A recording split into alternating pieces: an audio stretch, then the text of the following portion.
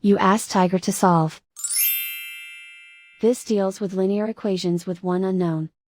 The final result is x equals -3. Let's solve it step by step. Simplify the expression. Expand the parentheses.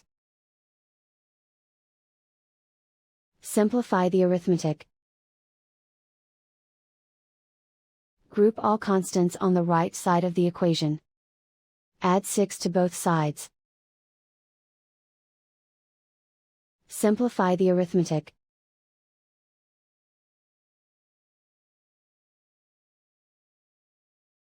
Isolate the x. Divide both sides by 3. Simplify the fraction. Find the greatest common factor of the numerator and denominator.